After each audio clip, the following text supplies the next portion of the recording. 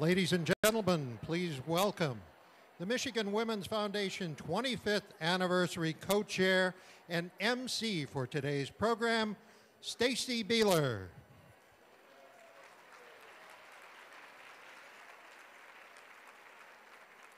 I'm going to give you a couple minutes to sit down. I don't want to have to embarrass anybody.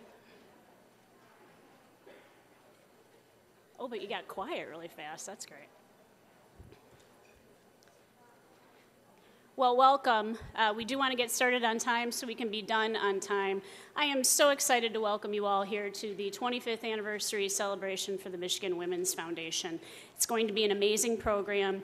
We hope that you walk away today understanding what happened over the last 25 years, the great work of the Michigan Women's Foundation, understanding where we are today and the important work we're doing, but more importantly, how the next 25 years, and 50 years, and 100 years will play out in Michigan, through the Michigan Women's Foundation, and through your involvement too. But before we get started, I'd like to welcome to the stage our Secretary of State, Ruth Johnson, who has a few comments and will lead us in the Pledge of Allegiance.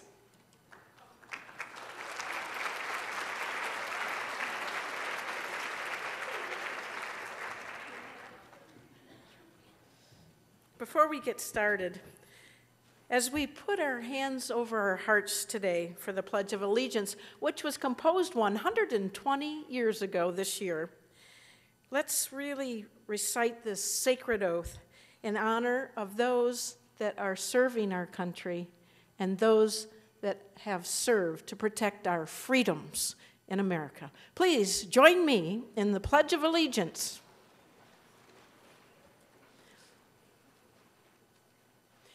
I pledge allegiance to the flag of the United States of America and to the republic for which it stands, one nation, under God, indivisible, with liberty and justice for all.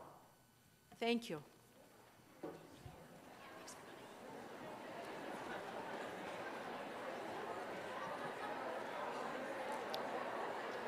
I'm still here. I promise I won't be long and we'll have you eating that wonderful lunch that lies in front of you. But I do want to kick off our event today by giving you a little sense of the work that has gone into today's event and to recognize the people who have really done so much work on behalf of the Michigan Women's Foundation and for today's event. First, though, I think it's important for you to understand exactly what the Michigan Women's Foundation does. Now, some of you have come to these luncheons or dinners for 25 years. Some of you, this is your first exposure to the Michigan Women's Foundation. So either as an introduction or a reminder, we've placed cards on your tables in front of you. I encourage you to pick them up. Carolyn's got one there. Look like this. This card will help you understand just a little bit of the great work that the Michigan Women's Foundation does day in and day out. But I'd like to call your attention to some specific work that we're doing because it's important work and we need your help. We lead on important issues like sex trafficking of young women. We work on cyberbullying. We focus on pay equity for women. We provide grants to women entrepreneurs, and you'll hear from one of those entrepreneurs today. We work hard to focus on the future of women in Michigan through programs like Young Women for Change. You'll also hear from a past Young Woman for Change and one of our current Young Women for Change leaders. We know they're the future of our state, and so we're focusing on leadership, entrepreneurism, and philanthropy training for young women as they move into their adulthood. During the luncheon, you'll hear from some people who have been impacted by the Michigan Women's Foundation, but we're hoping that you'll tell your own story as you walk out of here about how you can be a part of the Michigan Women's Foundation today and into the future. I'd like to recognize, though, first, the Board of Directors of the Michigan Women's Foundation. There are some in the audience today, including myself. I'm proud to be a member of this group. And so would the Board of Director members please stand and be recognized?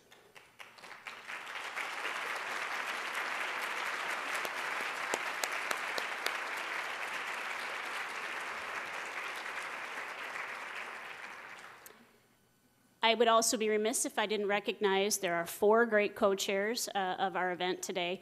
Chris Arnold couldn't be with us today, so we recognized her, but I'd also recognize Deb Minton and Marge Potter. Would you please stand and be recognized for the hard work that you've done on today's program?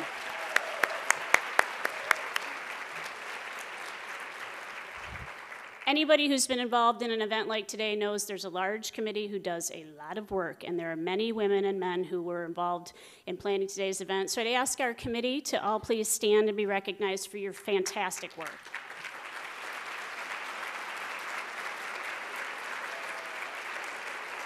Thank you all so much. Finally, no program like this can go on without some phenomenal sponsors. It's a little awkward, but our lead sponsor is Meijer, and I am absolutely so proud to work for a company and a family so committed to our community as Meijer. Thank you.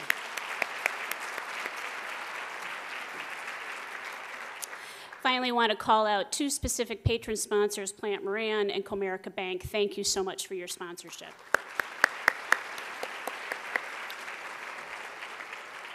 And within your program, you'll also see lots of table sponsors, individual sponsors, people who are committed to the Michigan Women's Foundation and have shown their support through the purchase of a table. Thank you so much. And please recognize those sponsors right now.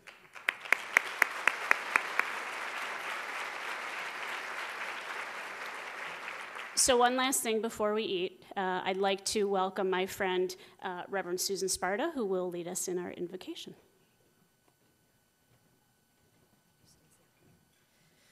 Isn't this lovely? Would you join me, please, in prayer? Eternal God, how fabulous you are. You are love. Thank you for the blessings that have come through this wonderful organization and for the gift of this banquet today. As we've come to celebrate, serve, and bless one another, we acknowledge your presence in the midst of us and within us. For this wonderful meal, bless the hands that have prepared it. Through the power of your presence, may this occasion meet every glorious expectation. Bless every heart, especially yours. May it be so. In your holy name we pray. Amen. Thank you, and enjoy your lunch. And CEO Carolyn Casson. Thank you, thank you. What great energy is in this room. There is nothing more exciting than looking out and not seeing a place where there could be another table. We are at capacity, and I am so thrilled. Thank you to everybody who bought a ticket, sold a table. Thank you to all of you who are committed to this organization and have been for the last 25 years. Everywhere you turn, there is a woman who has made a difference in the lives of someone very important.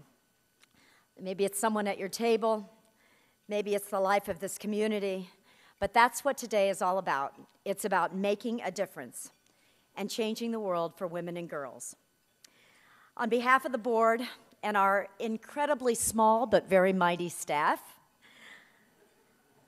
on behalf of the many, many grantees, the over 540 grantees who have benefited from your generosity, and the thousands and thousands of women and girls that we have served over the last 25 years, we thank you from the bottoms of our heart for all you have done by being supportive of us, by being here today, and for being part of this incredible army of women called the Michigan Women's Foundation.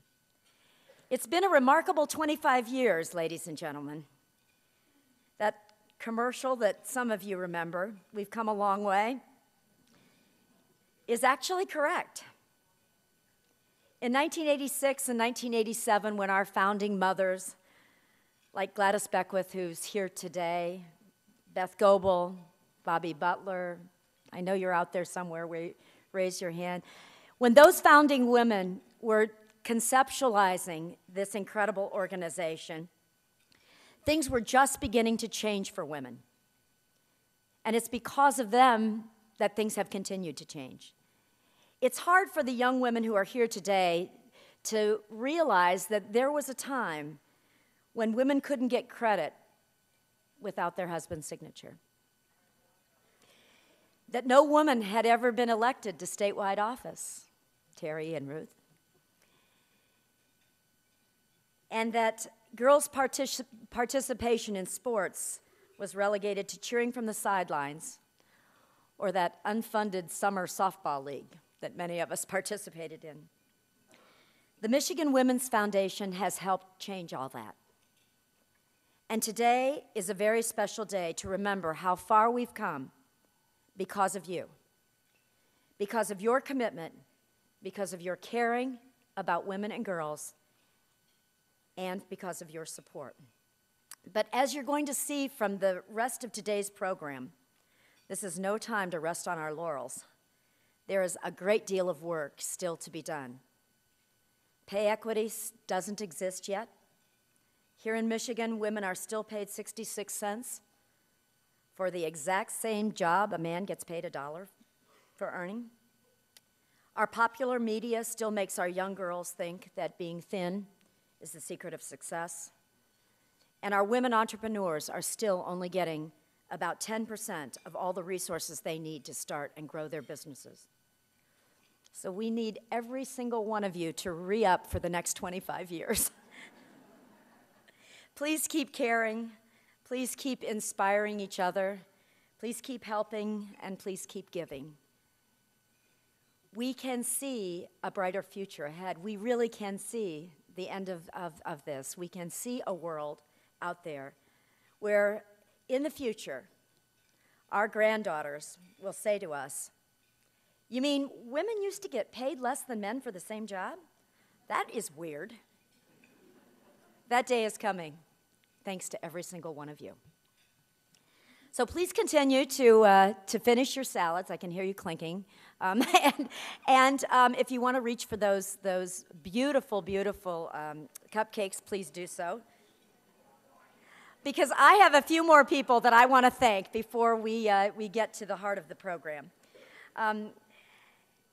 This event is really important. I don't know if you know how important this event is, but this event generates about a third of the resources that the Michigan Women's Foundation has to give away every year. And so this event is critical to our ability to reinvest in women and girls. And we commit to you that nearly every dollar raised here, almost every dollar raised, we had to pay for a little bit of the food, but almost every other dollar that came in this door is going to be reinvested. This is the money that we commit to grants. This is the money that we invest in through our angel fund. And so every single one of you is important. But there are some women sitting out there today who have little green tags on. So look around your table and see if you can find a green tag woman. Because I want to say something very special about them. This is a group that we formed about 3 years ago called the Power of 100 Women. Well, there now are about 160 Power of 100 Women, and a few good men have joined our ranks. These are women who commit ongoing support to the foundation year after year. These are women who give of their time and their talents and their treasures. And we love them. And so I want every single one of the green tag women to stand up today and say thank you. So we can say thank you to them.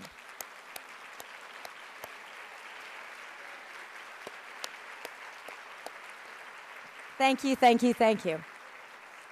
So the rest of you are asking, how do I become a green tag woman or man? Well, on that piece of paper that's in front of your, there is a little box. It's a very simple process. You check a box, and we'll follow up with you. to make sure that you are one of the Power of 100 Women. They are our kitchen cabinet, our brain trust. They are the people who really guide this organization.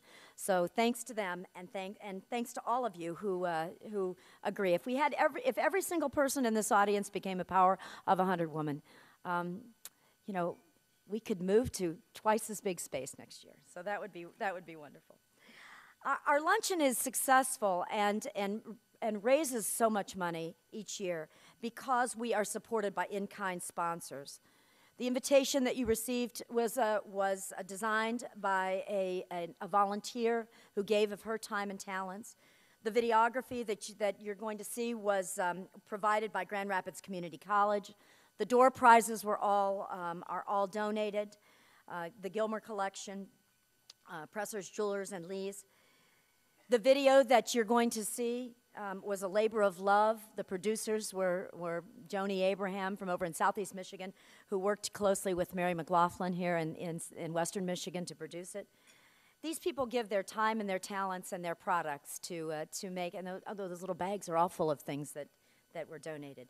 So please patronize, support, and give a hug to those people who made it possible for this luncheon to be such a success. So now we have a video that we want to show you. We want to honor the past, and we want to share with you a few of the women who have made this West Michigan Women's Foundation so powerful, so important, so meaningful, and so inspiring. So let's hear from them.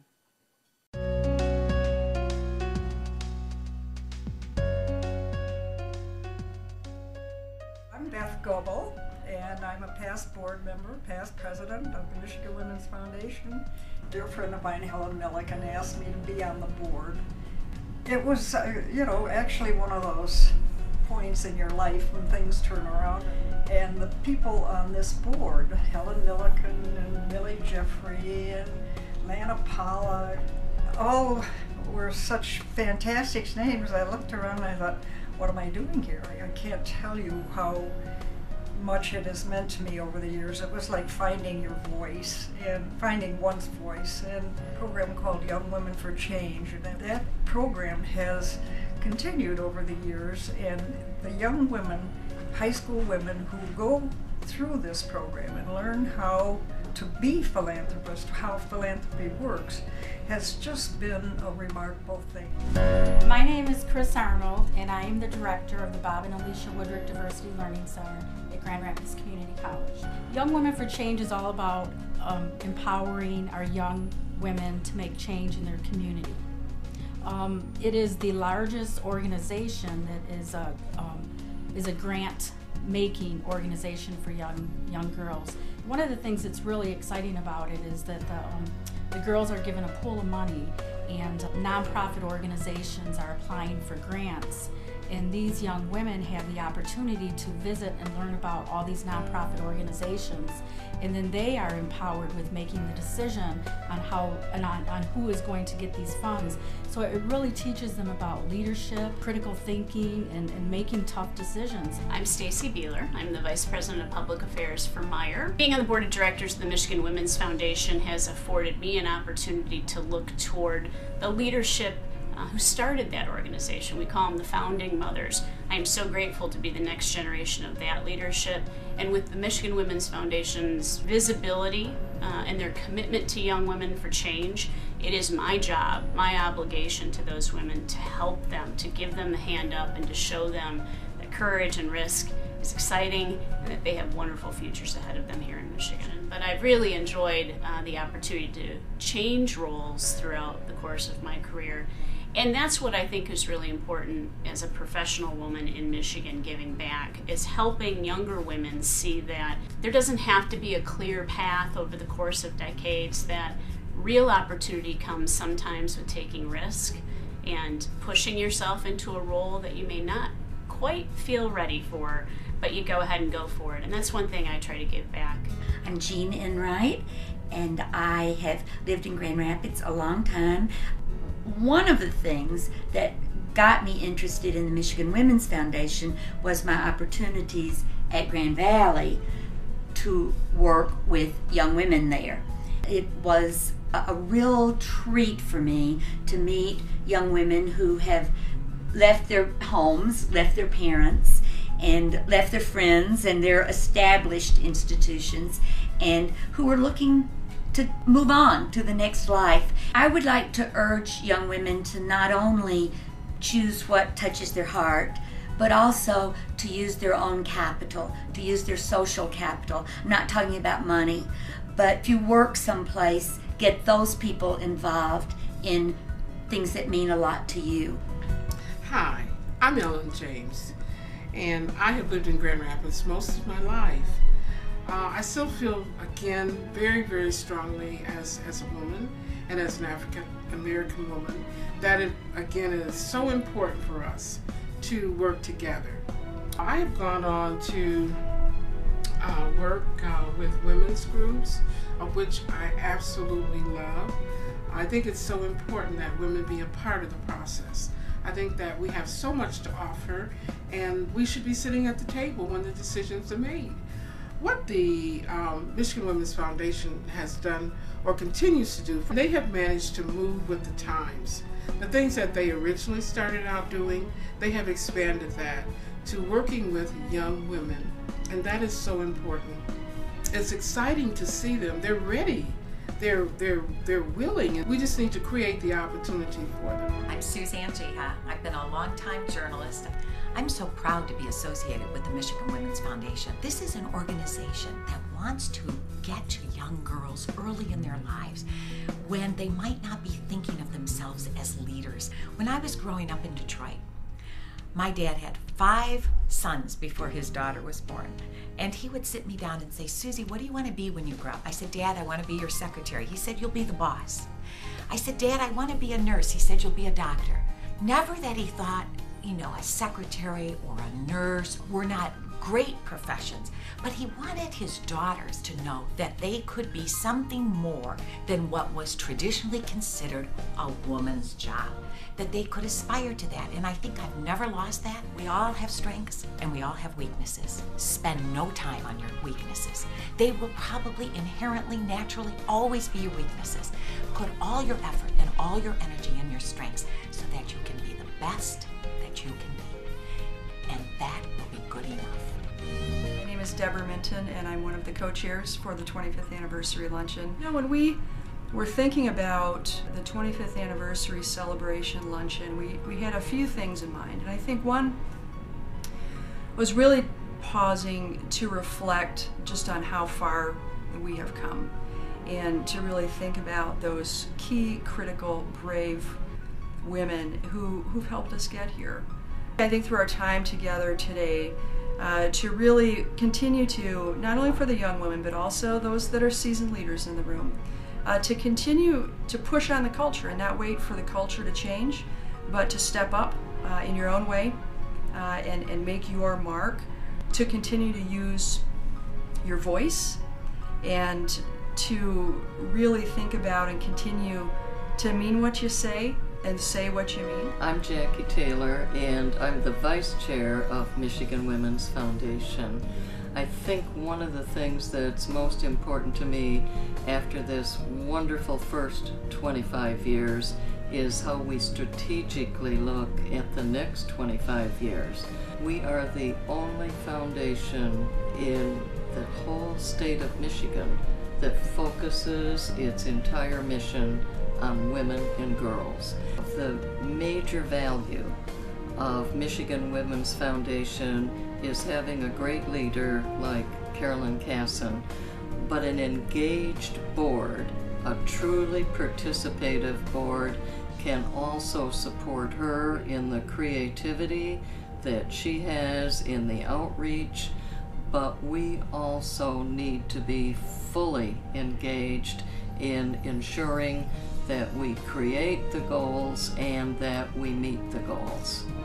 The work of the Michigan Women's Foundation is really rooted in the principle that that we call the women's effect, and that if you focus on making sure that a woman is economically self-sufficient, that she has opportunity, that she has the resources to support her family, you make a huge difference, not only in her life, but in the life of her family. When you change the economic stability of a family and ensure that a family is stable, you change a community. You make a community more stable. You make it a better place to work and to live. And when you change a community, you change the world. And that's what the Women's Effect is all about.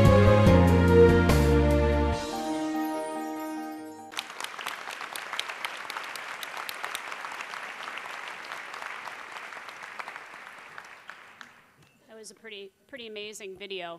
I feel like Beth Gobble said at the beginning of that, why on earth am I among those women?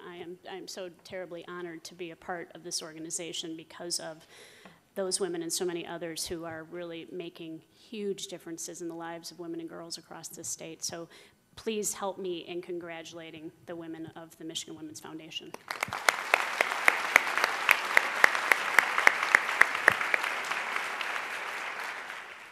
So you've heard a little bit, if you didn't already know, about what the Michigan Women's Foundation is all about, and you can feel the passion we all have about the next generation of leaders.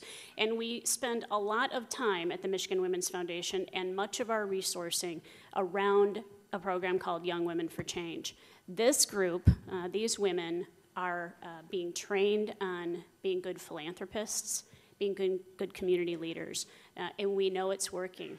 And I'm not going to tell you about how it's working. We're going to let two of the Young Women for Change tell you their stories. One is an alum, and one is a current member of our Young Women for Change chapter here in Grand Rapids. So please join me in giving a warm welcome to Allison Arnold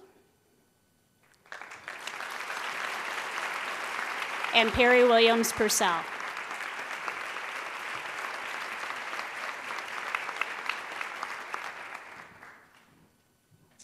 Good afternoon, everyone. I'm so honored to speak to you today about my experience as a board member for Young Women for Change. When I was a member, Young Women for Change was comprised of around a dozen young women from the Grand Rapids area. When I was on the board, we were allocated $20,000 a year to fund local organizations for projects that benefited girls and women. Each year, the board reviewed grant proposals and selected a dozen or more that best met our funding objectives. We divided ourselves into small groups, and divvied up proposals to conduct interviews with the program managers, followed by site visits. Each group then presented their recommendations back to the full board. Then, as a whole, we decided how to allocate the money. Looking back, I realized what a big responsibility it was for a group of teenage girls to make those choices, and what a lot of confidence Michigan Women's Foundation had in us. Of course, our efforts were guided by some experienced and wonderful leaders that kept us on track and focused. Let me take you back to the year I joined the Young Women for Change board, 1996. My name was Perry Williams, not yet a Purcell. I was 14 years old and a freshman at a local high school. Many deep and crucial issues weighed heavily on my mind. Key among them was my hair. Could I possibly keep it straight every day of my freshman year? I also worried about who I would sit with at lunch. Would I get lost in this huge new school and accidentally walk into the wrong classroom? Would I ever grow to be above 5 feet 2 inches? And would I be asked to go to the homecoming dance? But chief among these concerns was my hair. It made me noticeably different from every other girl. And while I was facing these devastating issues, little did I know that within 10 miles of my house, there were abused women who needed a safe place to live, teen moms who had nowhere to live, women who didn't know where their next meal would come from, women who couldn't afford work-appropriate attire, and girls my age who didn't have school programs to get involved with. My parents had carefully shielded me from the harsher realities of the human condition. Young Women for Change drew back that curtain. The grant-making process gave me the tools to understand some of these conditions and the power and resources to actually improve them. As a new member, one of my first site visits was to an equine therapy center for girls with disabilities. The idea that riding a horse could build anyone's confidence seemed crazy to me, well, because I was terrified of horses. But the site visit was fascinating. We learned how muscle tone, balance, coordination were improved by riding, and activities like grooming horses improved confidence and self-esteem. During our visit, we met a number of girls. They talked and laughed and joked around just like we did, but their everyday challenges were vastly different than mine. Another site visit took us to a shelter for girls and women who escaped abusive relationships. During the interview, the facility's director discussed the nature of those abuses in some detail. I remember coming home to my mom and being so shocked that this type of abuse could occur so close to where I live.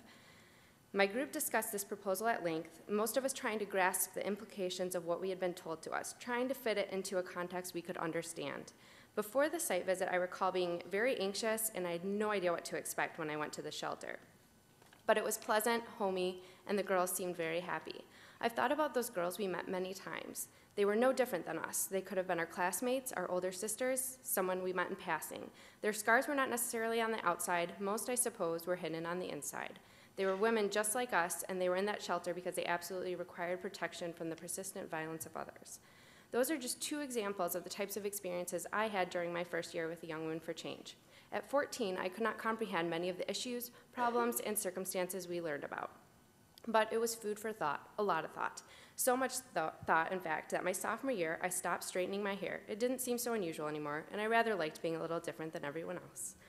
And I actually saw a picture of me up there when I had straight hair. It's funny how as you go through life, you just do things. You join groups, you participate in sporting events, you attend classes, you go to college, accept different jobs.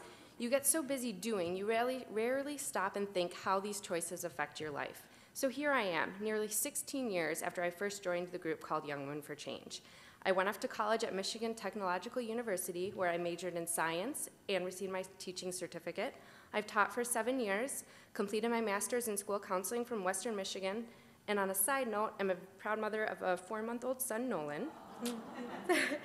And after I was asked to talk at this luncheon about the impact being a part of Young Women for Change had on my life, I've given it a lot of thought, and I realize now what a profound impact being part of this group had in my life. During my high school years, I enjoyed being part of the water polo team, but athletics were never my strong suit. I played the clarinet, but the talent to do much with that outside of the classroom was just not there. I was good in school, but not the type to participate in after-school academic programs. Then the opportunity to join Young Women for Change was presented to me. I became a member my freshman year and during all 4 years of my high school. Because of Young Women for Change, I met some girls who were also members of another group called Face It Team. Face It is a Girl Scouts group, and the purpose was to develop and present important lessons on topics such as self-esteem, body image, and health to younger Girl Scouts around Kent County. After the wonderful experience I had with Young Women for Change, I was eager to apply and join the group as well. Because I so enjoyed all of the work I was doing through Young Women for Change, I decided to seek out a club I could join at my high school, and I became a member of the Latin Club, whose role was to sponsor different activities to help with different charities and causes. Because of the knowledge I had gained from Young Women for Change about community service, I set out to start a new program at my high school called Crosslinks. The purpose was to reach out to the elderly in our community and bring them into our high school for different events. Because I had all these experiences in high school, when I joined a sorority at Michigan Tech, I became the philanthropy chair of my sorority for several years, and I also tutored at a local high school. It was during high school that I decided I wanted to go to college to become a teacher, because teaching seemed like a great way to continue helping people and making a difference. I also knew I was going to continue my education in some way, a master's in education. At that time, I didn't know exactly what. So I may have not been the star athlete, the National Merit Scholar, or the first chair clarinet, but I had found what I did excel in, and more importantly, what I enjoyed doing, helping people. Through Young Women for Change, I met people in other groups that did similar things, was made aware of other opportunities to get involved, and was given the confidence that, yes, I could make a difference. As an adult, I realized how fortunate I was to be a part of this remarkable organization. It gave me confidence, taught me analytical and leadership skills, and added a unique dimension to my awareness for others, for which I will always be grateful. As a high school teacher and counselor, I know firsthand how self-absorbed and judgmental teens typically can be. By giving girls the responsibility to grant money to others, the foundation fosters the habits of humanitarianism and philanthropy. It switched our thinking from takers to benefactors, and that's extraordinarily meaningful. Young Women for Change is a brilliant way for Michigan Women's Foundation to leverage its funding assets, because year after year, girls graduate from Young Women for Change board with a powerful understanding of social needs right outside their doorstep, and the absolute certainty that they have the ability to make a difference. Thank you very much.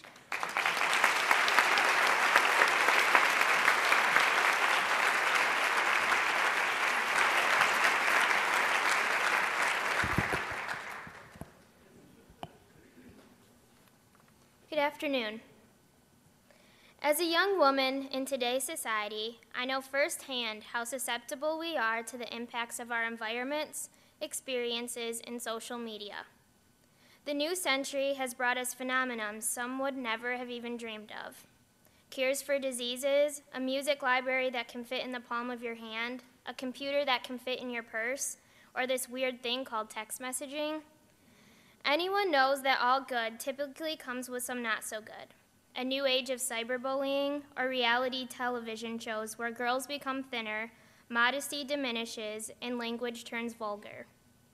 When does it all become too much? When do we take a stand and say enough is enough? It has been through my personal struggles and experiences that I've become an advocate for a positive society, one that promotes a healthy mind, body, and soul. I'm a junior at City High School. I probably haven't had a similar childhood to most teens, but it has been a valuable one nonetheless. Tagging behind my mom to board meetings, rallies, community and political events, meeting influential community figures, walking around the campus of GRCC and having people exclaim, "Allison, is that you? I haven't seen you since you were this big."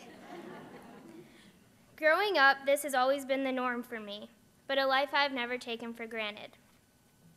Most people may think I have the world at my fingertips, which in fact I believe everyone does. But I mean, come on, I've basically grown up on a college campus, have had wonderful role models since the time I could walk, and have a great family. What struggles could I possibly be facing? For starters, I've been graced with severe anxiety and perfectionistic tendencies, of which I never really noticed until now. It was normal, all that I ever knew. Shouldn't everyone get a 4.0, staying home on weekends studying? With a constant strive for perfect grades, extracurriculars, volunteering and intern positions, and trying to solve every problem the world threw upon my doorstep, I never realized how much harm I was actually causing until it was almost too late. March of 2011, I was a patient at Forest View Hospital, diagnosed with severe depression and anorexia nervosa. For me, my drive to find all of the solutions and to always be the best threw me into a downward spiral of self-deprivation and abuse. While thinking I was doing the best for myself and my future, I had no idea I was slowly killing myself. My smile, my brilliance, my friends, and my life. The fall season before my hospitalization, my typical anxiety was slowly creeping up until it was at an all-time high. Instead of turning to food, the fuel to keep myself going, food turned into the enemy that pushed me into a pool of fear, where the rules were that every bite degraded my chances at being perfect and having the best self-control. Yes, it is true that the media's images of pencil-thin models with bones nearly protruding out of their frame did have an effect on part of my idea of perfection. But society not only glorifies being thin, but it also categorizes eating disorder victims as only wanting to be thin, a very large misconception. It's much more. It's psychological. The characteristics that I was born with and wake up to every time the bluebird sings and the sun rises. Every day, my disregard to nourish myself led me deeper into the trap of depression and heightened the level of expectation I set for myself. I isolated myself from all those I loved. I had temper tantrums and lengthy lapses of grief.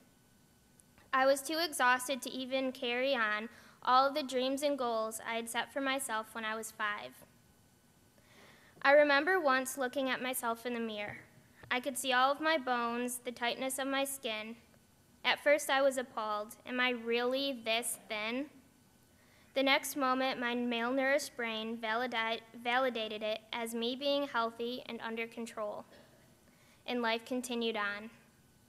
I'll never forget my mother's face when we went to try on undergarments and the smallest sizes wouldn't fit. She looked at me in the mirror and a flood of tears filled her eyes. If I was not so sick, the old Allison would have understood the situation. But this Allison simply pushed it aside. I was hospitalized at 72 pounds. I knew I had to gain weight. I realized that all dreams and aspirations to travel around the world, find the cure to cancer, or get my PhD would be lying on my gravestone if I lived that way any longer. The first days of nourishment were some of the best moments of my life. The fog on my window was wiped clean. It sparkled, it shined.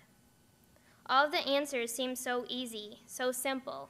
I was ready to break through the walls of the psychiatric ward and go climb Mount Everest.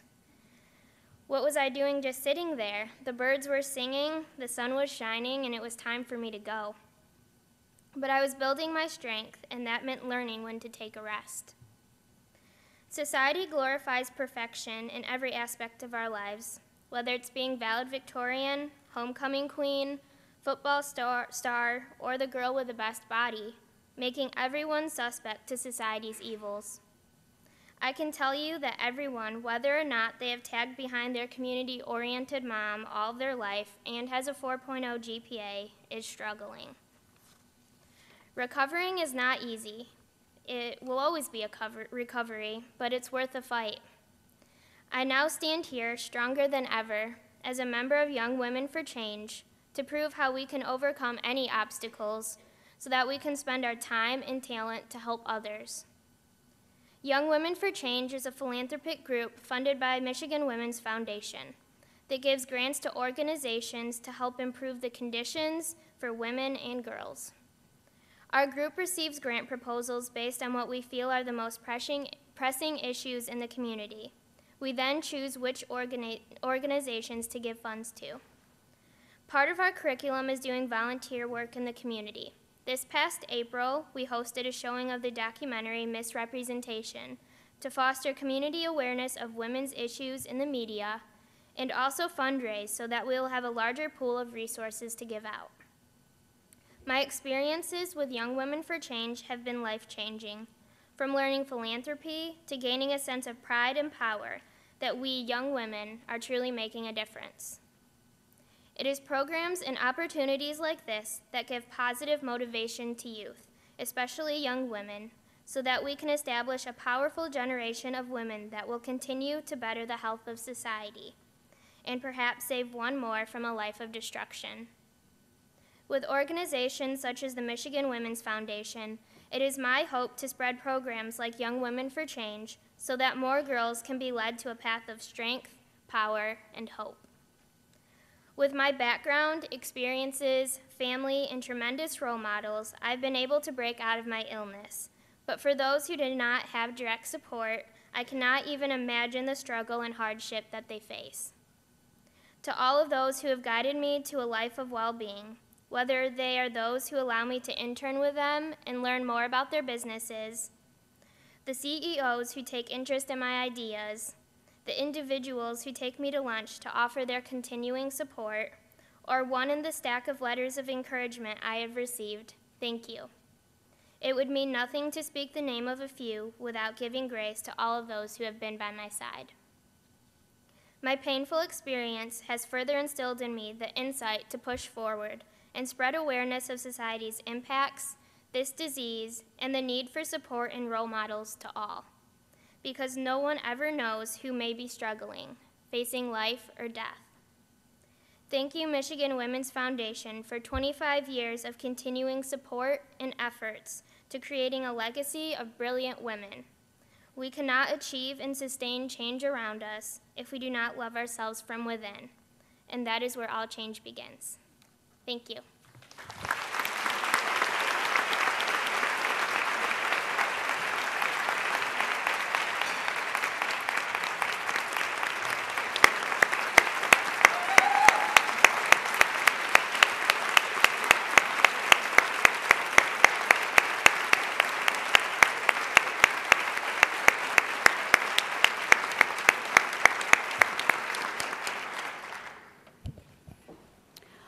Well, I don't know about you, but I feel pretty good about our future being in the hands of young women like Perry and Allison. I can't thank them both enough for sharing their stories and telling the story of Young Women for Change. I'm sorry, I'm still there up front, broken up. I told you that they could do a much better job than any one of us from the Michigan Women's Foundation could do in terms of telling you the great work and the power of the work we're doing. I'll remind you again, on your tables are cards about how you can get involved and you can have an impact on women's lives and girls' lives like Allison and Perry's. Volunteer, start your own Young Women for Change chapter in your community, mentor. There's just so many ways that you can touch the life of a girl or woman in this state, and check out the card. It'll give you more information about how to do that. You can also go out to our website. We also have a social media site on what my tech-savvy husband calls the Facebook. So we're on the Facebook if you want to be out there and find us. So get involved. You've heard the stories about why it's important and the lives you can change, so please join us. I'm really excited now to move on to the next part of our program because it basically will focus in on another important part of our mission at the Michigan Women's Foundation, and that is entrepreneurship and the next generation of business leaders in Michigan. We are joined by the interesting mannequin behind me for a reason, and that reason is Veronica Scott. Veronica is a Michigander. She's a young woman from the southeast side of the state. She's 22 years old. She's been featured in the New York Times, Forbes magazine, Fast Company, and on CNN. She has recently spoken at least 2 TEDx conferences that I'm aware of because I follow her on the Facebook too.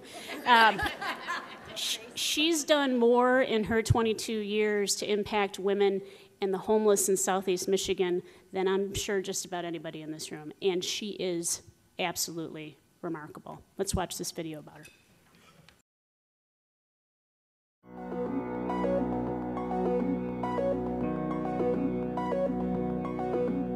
I'm Veronica Scott, and I started the Empowerment Plan. The Empowerment Plan centers around hiring homeless women from shelters and teaching them and employing them full-time to produce coats that turn into waterproof, self-heated sleeping bags at night. We give them out to refugee camps, disaster relief, and to homeless across the world. The Empowerment Plan has been around for just about a year now. 2 biggest challenges that we faced was really just starting, which we needed money and the ability to scale. We were in a closet. We needed the space to move and create these coats. This is what you read about in like the Bible. This is what you read about in the editorials of newspapers, and you say, God, I should do that. We want to become self-sustaining. We may be a nonprofit, but we're looking at this from a business standpoint of how to stay alive and afloat. We can't be asking for money all the time. Pony Ride not only offered the Empowerment Plan a way to grow and become larger as a business, but for me as a young designer, it offered a lot of collaboration. And what our goal is to really grow within this space and move on to a larger arena. 30 women, 30 machines, being able to make a coat and other design items. Pony Ride really has added even more value to the Empowerment Plan, because not only when I bring people in here, it's not just my story I'm telling, it's the story of all of us kind of connected in this building and how we've gotten it this far. And that's really what excites a lot of people. It's not just what we do, it's what we're doing as a whole.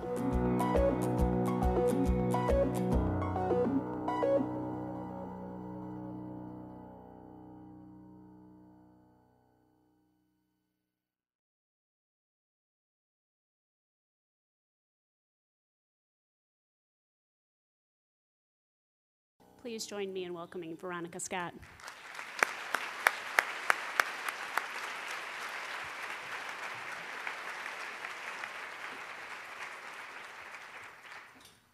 So excited to be here today in front of all of you. There's so many people. It's amazing. No pressure, though, especially after those 2 very moving talks of, women that are even younger than myself doing some amazing things. And I know all of you guys are eating or still eating, but I want this to be a little bit interactive here. So I want all of you to close your eyes just for a minute. Nobody fall asleep on me.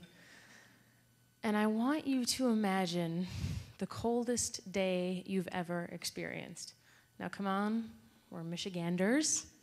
It's not hard. Now imagine that sprint from the front door to your car. You're in a dead run or you're in your garage, and as you're running, the car disappears. The house behind you disappears, your neighbors, your friends, your family, everywhere that you would normally go to and turn to have gone. Now, where would you go and what would you do? You can open your eyes. Because I want you to imagine what you do in that scenario. Because that's a reality for 20,000 people in Detroit and an estimated 36,000 in actuality. You know, we've counted 20, but there are 36 to 40. And when you have that number, plus 64,000 abandoned buildings, and I'm not just talking a house, I could be talking about an entire skyscraper as one. And when you have situations like that, you get abandoned buildings that are now occupied by people that have nowhere else to go. These are people probably that have never been left to their own devices. We have no mental health hospitals in Detroit. Where do they go? What do they do? And you get situations, I did have a picture that I wanted up, but that's okay. And it's a picture of the first woman to ever have a coat. Her name is Michelle. And she's standing in front of a building that's completely, you would immediately recognize as abandoned. You could even tell there's no windows, there's no doors, there's no running water, there's no heat. And yet she doesn't qualify herself as homeless because she's paying rent to live there. When you have a situation as dire as we do in Detroit, people take advantage of it.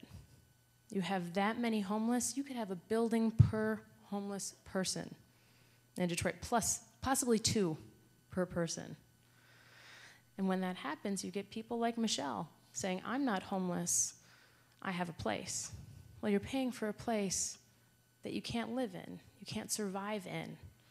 And that's a reality. And I didn't know any of this because you can't see it. You can't walk around the street and know that 10 people live in that basement that looks like it's about to collapse. You can't tell. And when I started this project, I didn't know. I was a product design student at College for Creative Studies. I went there to make money, you know, design fast, shiny, pretty things, and graduate and work in New York City. That was my plan. So this wasn't part of my reality, even though I saw it all the time being in Detroit. And so when a humanitarian group came in and says, all right, design to fill a need, I'm like, all right, got ramen, got a roof over my head, most of my needs are being met. I'm living with my grandparents, I got a couch, okay. And from there, it's like, okay, what? I don't know of any. So I decided, okay, we obviously have a homeless epidemic. I know that much from watching the news and being a part of the city. So I went to NSO, which is Neighborhood Service Organization on MLK and 3rd. It is the most dangerous area, highly active. People get dropped off there when they've just been released from prison and have nowhere else to go. This is also a great spot for people, schizophrenia, bipolar, that don't want to be in a shelter. They just want to sit down and be warm for 8 hours. And this place just rotates through. So there's 30 people sitting in chairs, staring, that have gone through the 2 metal detectors and are now just watching TV for 8 hours. And here I come, holding a bag of design stuff, didn't know what to do. And a guy as big as a linebacker with his arm in a splint pushes me in front of this crowd, clicks off the television and says, good luck, you're gonna need it. And I'm just standing there, stock still and terrified as people swear at me for 10 minutes solid. They didn't want me there. They had seen a lot of people come through before, and I just, once that died down and the linebacker kind of settled the room, I sat there and I said, okay, I want your help. Because what was I to say to anybody that I was in a better situation? I'm living with my grandparents and I have no money, come on. I'm in no room to judge at all, and I'm here to get help. I have a school project I need help with. And of course, it wasn't that well received initially, but I got 10 people to kind of be patient with me. I said, I'll come back, and I did, 3 times a week, every week, for 5 months at 8 o'clock at night in the most dangerous part of the city. Not the best decision, I know. Naive. But I became known as the crazy coat girl. Crazy coat lady, crazy white coat girl, crazy white lady. A bunch of names. They said it with a smile near the end, so I know that they liked me. It wasn't that way initially.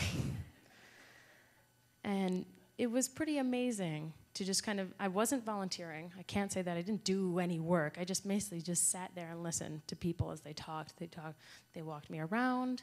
And one of the biggest things that like hit me when walking around with two people, Quentin Love and Michelle, was there was a playground 20 feet away, like 20 yards, 20 feet, really close. I'm an art student, measurements aren't my thing, but within eyesight. And there was this playground covered in clothes and tarps and surrounded by trash and needles. And somebody had made that their house. And I'm sitting there, I'm staring at this. You can see the shelter. I'm going, why would anybody ever do that to themselves? Why would they risk it? Why would you put yourself in danger? Because 1 week later, that had been burned down to the ground in a turf war. So why would you do that? Nobody had the answer. I couldn't just ask it. But I realized after spending that much time with that same group of people that it was pride. It was independence. It was something that drives all of us every day, all the time. That somebody would rather take care of themselves because this was their answer. How would you handle having to ask and rely on the whims of others for everything, where you can sit, what you can eat, and even where you can sleep? For everything. You can't make a move without relying on other people. And so this guy, I didn't know him, decided, I'm going to take care of myself. I'd rather do that. So, okay, as a product design student, Nike and Puma and all these, Motorola, you're not equipped to handle not designing for a tangible need. Yeah, it's cold, but designing for an emotional one. Because this coat, if I did it, wasn't about, okay, just making people warmer. It was about designing for pride and independence, something that gave somebody a little bit of sense of control, and then helped them go from there. And the first coat I didn't know how to sew. I had to learn from my mother over spring break. It took me 80 hours. I do not recommend any of you do this. And it was made from 5 wool coats, couple dozen trash bags, 80, a good like 20-pound jacket, and looked like Frankenstein because it was all recycled. I thought it had to be recycled, and it was, I brought it back. I was very proud because this is the first thing I ever created and sewn together, and I go back to NSO, and of course this is my first prototype, and I present it to them like a kid with a noodle painting, like noodle drawing. What I did, and they're looking at me, they're like, oh, okay. We like your idea, but it looks like a body bag. And the best thing I learned from all of this is to say that you fail hard and often, and I did right away, quickly and painfully, and did another one and another one. And then the semester was over, and I had done like 5 prototypes for some reason while everybody else built 1 model. And I'm presenting all 5 at the final. And then class was over, and I was still going back. I was still the crazy coat lady. And people were saying, well, when is this going to happen in reality? When am I getting mine? And I'm looking at them like, never. I'm a student. Why would you want anything I came up with? And then I realized, I'm like, okay, well, what do I have to lose? At the end of the day, you recognize something pretty big, that we are all very privileged. We're very just privileged in general. I think we take that for granted a lot of the time. That at the end of the day, if I push this and I took it as far as I could and I failed, I'm already living with my grandparents. Don't have a car, don't have money. What do I really have to lose? Like at the end of the day, and even if there is something to lose, it's still worth trying. So with no idea about anything with business, I started talking to my grandparents' friends. And they were very quick to tell me the 1,012 ways I would fail. And it would be long, and they were at least very specific. So I'd be like, okay, hold on. Talk slower, I'm taking notes. And those notes became basically my to-do list. Build a business plan. Okay.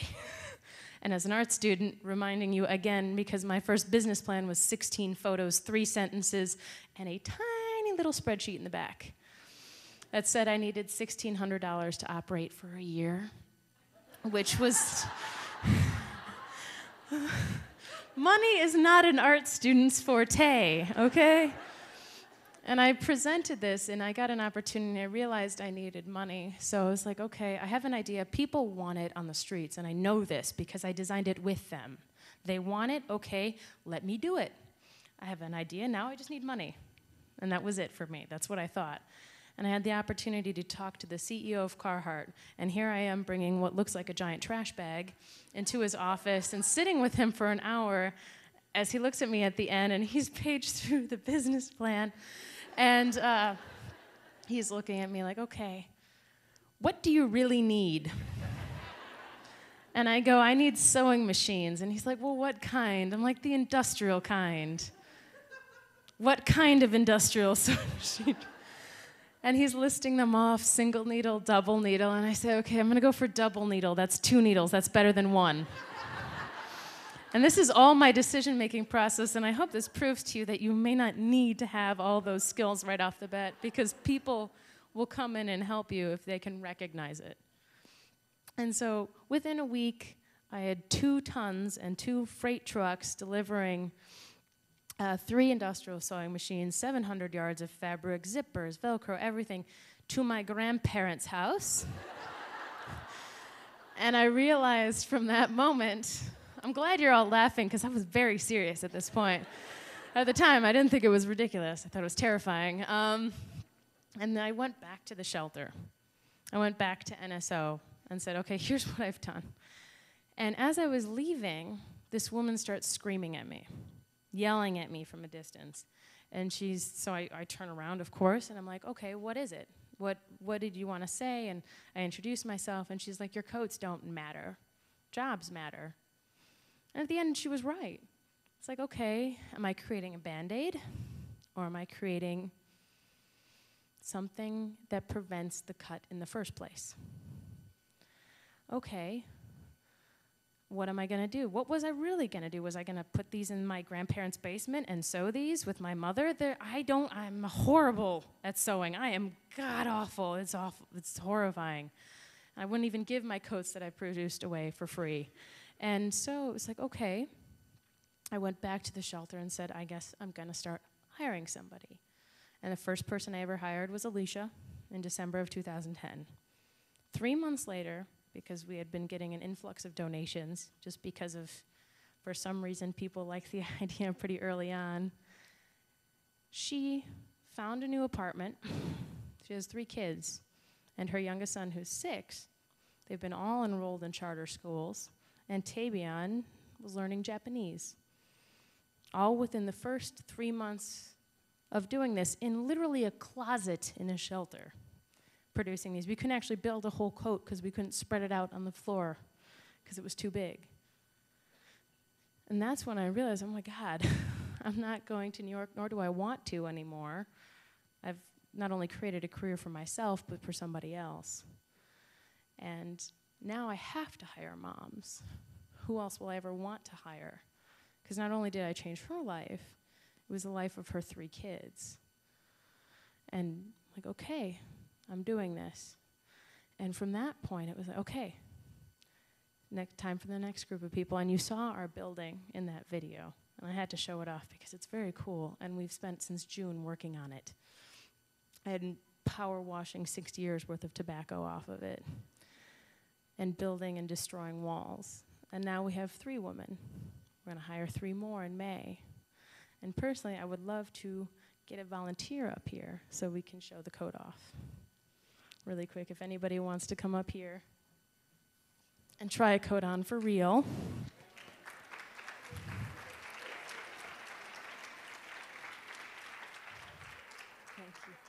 Thank you. Good height, too. You can come. So this is our 275th coat.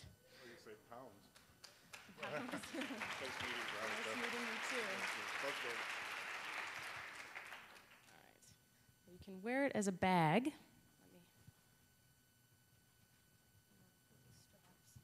What do I do? Pardon me? If you want to put it on your back. Oh, on my back. Yep. I'm still confused here. Oh, I see. Don't know. Right.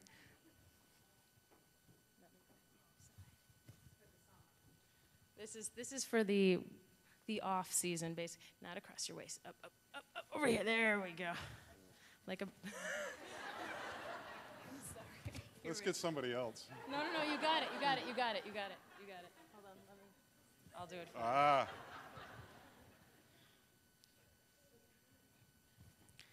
So there you go, as a bag. Okay. Now we're gonna undo. And it weighs about 1.5 pounds.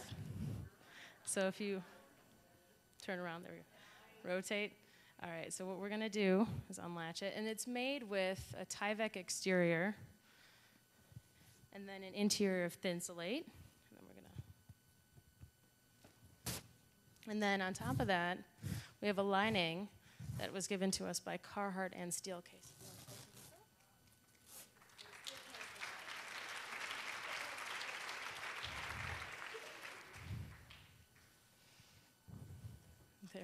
There we go. And you have the sleeping part open. So I'll show it to you. Open it up again. And if you drop it down, you can slide your legs in there. I'm going to lay it on the ground. You do not need to get into it as a sleeping bag. All right. It could be the light, too. All right, so we're going to take it off, and I'll lay it out on the ground. So we've been giving them out on the streets for free this year to those homeless, and then we're also working with Red Cross and other disaster relief organizations for any sort of natural disaster, because when the tsunami struck Japan, after we did 25 coats, we got an order for 25,000 from the Japanese ambassador. And I'm going, okay, we're not ready to scale quite that quickly because we're in a closet with 2 people. So, if you pull the sleeves in, you get a pillow. And the ventilation, you can see all the quilting, and it's there for a reason, because when you're in this, it's like lying in plastic, so it needs to breathe. The one I first slept in this was last year. Well, thank you. I slept in this last year with 5 friends who I had to bribe with both food and drinks to do this. Sleep outside with me on a 17-degree night while it was snowing in a parking lot on concrete. We were fine. So that was our first test that we ever did. And now this one is 3 times warmer. So I will hold it up.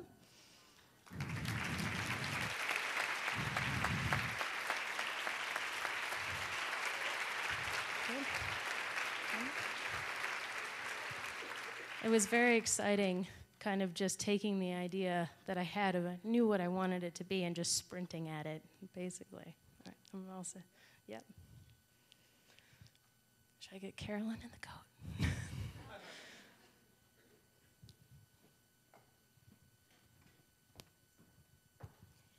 Well, you know that you've heard several times today about the Michigan Women's Foundation's Angel Fund.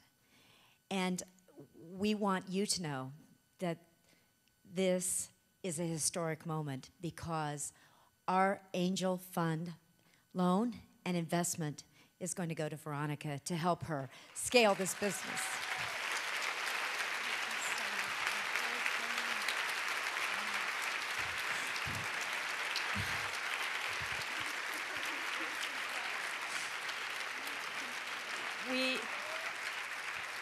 This is not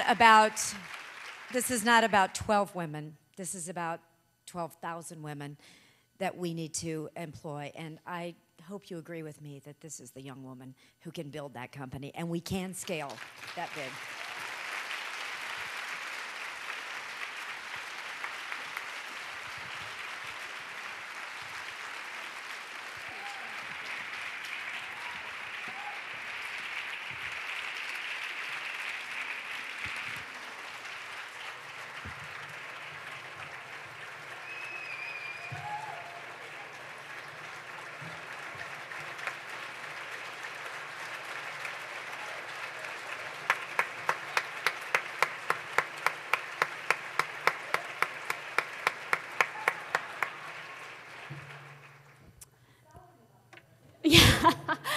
put in your orders. There's an order form on your table. No.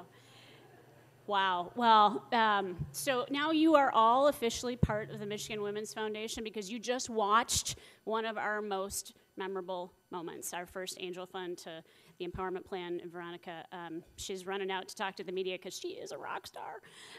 But how amazing was that? So thank you all for being a part of the witnessing of the first Angel Fund. We are running just a little bit behind, but we have just a couple more things. When you came in, you probably entered to win a variety of great door prizes. We're not going to list them all because we're running out of time, but if you are a winner, you will be contacted via email for some of the amazing gifts that our in-kind sponsors provided. So thank you for giving us your information, and congratulations to those winners. We are going to conclude our program today by helping you understand what the future of the Michigan Women's Foundation looks like through the powerful words of our Young Women for Change as they get set up here. I just want to take the time to thank you all very much again for coming. This has been a very special day for us, a special day for Veronica. You heard wonderful words from Perry and Allison, and we're so grateful to all the sponsors. And now I'd like you to sit back and imagine the future of the Michigan Women's Foundation. I am the future of the Michigan Women's Foundation. I am Allison. I'm a member of the power of 25,000 women and a board member of the Michigan Women's Foundation. My leadership ensures that Michigan Women's Foundation stays true to our mission and strategically works to complete our goals. I am the future of Michigan Women's Foundation. I'm London. I was not bought and sold for sex as a child. Thanks for people like you who did not, who uncovered the silent abuse of trafficking of children and taught men not to exploit children like me. Thank you for my safety. I am the future of the Michigan Women's Foundation.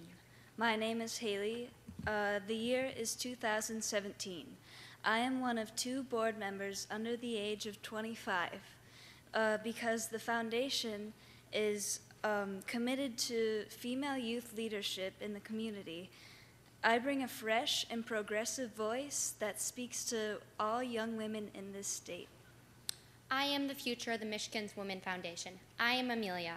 I entered and won the Entrepreneur U High School Business Plan competition and received a loan from the Your Angel Fund.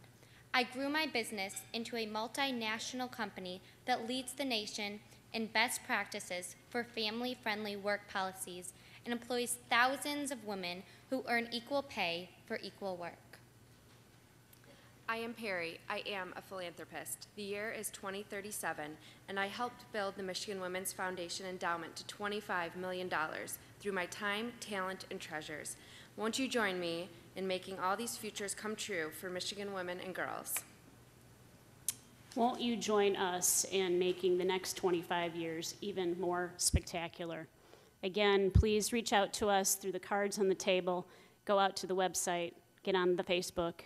Stay connected to the Michigan Women's Foundation because each one of you are part of our future. Thank you so much for being with us today.